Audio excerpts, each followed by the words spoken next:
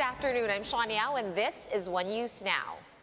The Philippines has officially entered a recession, with second quarter GDP clocking in down by 17% almost. And this marks the country's worst economic slump in nearly 3 decades. Gross domestic product shrank by 16.5 percentage points in April to June, 16.5%. This is worse than the revised contraction in the first quarter, which clocked in at 0.7%. Overall, the economy shrank by 9% in the first half of 2020. The government's economic team had already warned of a deeper contraction for the second quarter as COVID-19 lockdowns plugged activity. However, they believe that the worst is over for the economy after this second quarter slump. The economic cluster has now revised GDP outlook for the year to negative 5.5%. That is already factoring in the recent shift to MECQ in Metro Manila and nearby provinces. Government launched the One Hospital Command Center, or OHCC, in Makati this morning. This aims to improve the referral system among hospitals amid the pandemic. News 5's Marcel Halili joins us live from Mandaluyong to tell us more about this new center. Mase, how does the OHCC, or how can this OHCC help in our COVID-19 response?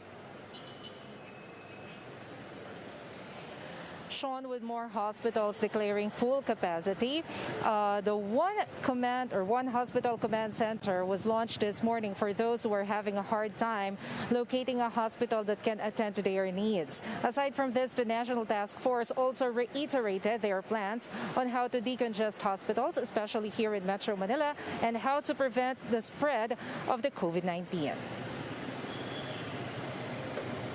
Chief Implementer Secretary Carlito Galvez announced that work areas, especially those in economic hubs, are now considered as critical areas. Based on the monitoring of the Interagency Task Force, workers must be educated about their mindset and behavior while working in their offices. He also warned that canteen and smoking areas can be sources of contamination.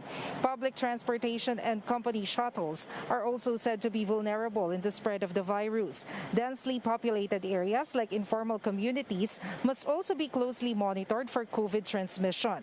So far, more than 115,000 COVID cases are recorded in the country. Singaporean news organization Straits Times forecasted that the Philippines will surpass Indonesia as the COVID-19 epicenter in the Southeast Asia. But Deputy Chief Implementer Vince Dizon shrugged it off and said that these are just speculations made by the newspaper. He said that COVID-19 cases in the country will really increase because of our expanded testing capacity. Currently, the country has 1,700 bed capacity for isolation, but 1,400 of these have already been occupied. Dizon said they will tap more hotels to improve the country's bed capacity up to 3,000. They are also planning to add 3,000 more beds in Wihilas One Center on top of the existing 3,000 units. These facilities are being used for the isolation of mild and asymptomatic cases to decongest hospitals, especially in Metro Manila.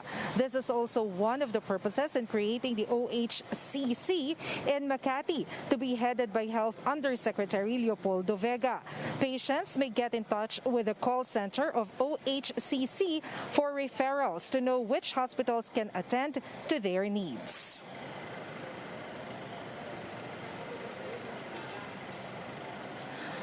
Shawn, the IATF said that they will take advantage of the 2-week implementation of the modified enhanced community quarantine in Metro Manila and nearby provinces to prepare for the opening of the economy. Shawn? All right, thank you for that update on the OHCC. Marcel Halili joining us from Mandaluyong. And some police stations in Manila have run out of space to detain curfew violators. However, authorities say that they will still be strictly implementing the ordinance amid the modified ECQ. News 5's Justine Punsalang reports to us from Manila with the details. Shawn, At least 100 curfew violators were apprehended by the Manila Police District overnight. Some of them were detained, but most of them were immediately released after the police officers took their details for case filing. Since the return to modified enhanced community quarantine, the local government of Manila once again implemented the 8 p.m. to 5 a.m. curfew schedule. The police were relentless in arresting those who continue to violate the curfew hours.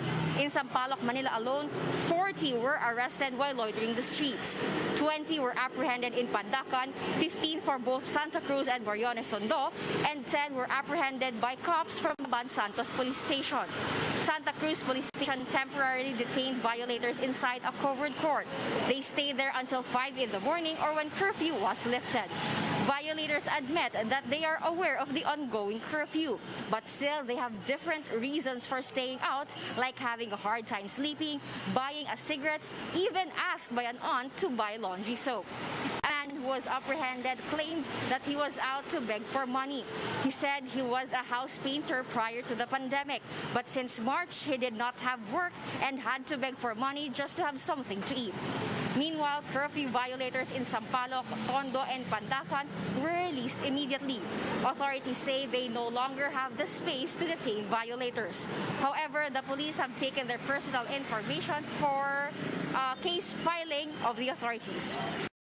Sean, authorities further explained that they are minimizing the contact between the police and their currently detained criminals as well as their freshly caught curfew violators because they could possibly be carrying the COVID-19 virus. Based on the latest data from the PNP, 2,300 policemen have already contracted the SARS-like virus. Sean? Thanks for that, Justine. For more updates, follow News 5, The Philippine Star, and Business World online. Visit our website, onenews.ph, for more in-depth analysis. You can also catch One News on the Signal Play app. Register for a free account now at www.signalplay.com and stream One News live anytime, anywhere. I'm Sean Yao, and we are One News.